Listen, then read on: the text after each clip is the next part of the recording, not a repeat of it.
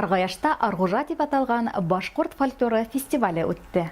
Милләттәшләребезнең бай мәдәнияте менән безнең иҗади төркем дә танышты. Аргужа Аргаяш районының йөҙөк кашына әверелгән сара. Фестиваль быел 4нче тапкыр үтә. Елда катнашырга теләүчеләр саны арта. Быел 9 коллектив сыгыш яһаны. Безнең хәзер яшь сакта, бала сакта катнайдардан, картайдардан калган, әсәйдәрдән калган бөтә шул нидерде. Хәзер вспоминать, действительно шулай булган. Без аларды югалтмыйбыз. Оештыручылар быел йолаларды сәхнәләштерүгә игътибар итә. Сыгыштар арасында борынгы онытыла барган йолалар да бар ине. Аулак өй, туй йолалары, кат энеһе кебек байрамнарның зур сәхнәләргә сыгуы бигрәк кыланыслы.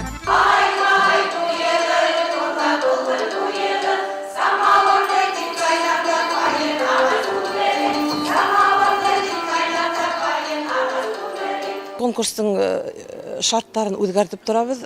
Бер ел йыр буенча булһа инде, халык иҗади йыр фольклоры буенча булһа, инде менә быелгыһы ул йолалар күрһәтү.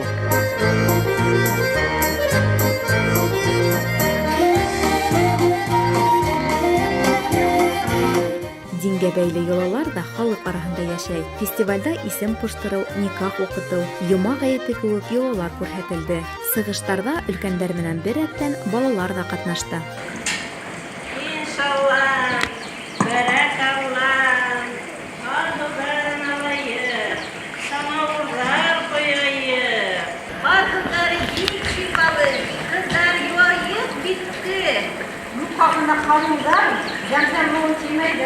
Фестивальдә катнашучылар номерлар өчен милли киемнәр, йорт проязларын да әзерләп алып килде. Сәхнә был көне сагыл бизәлгән милли мәйданды хәтерләтте. Ошо күренешкә карап, башкорт мәдәнияте ышанычлы кулларда дип әйтеп була.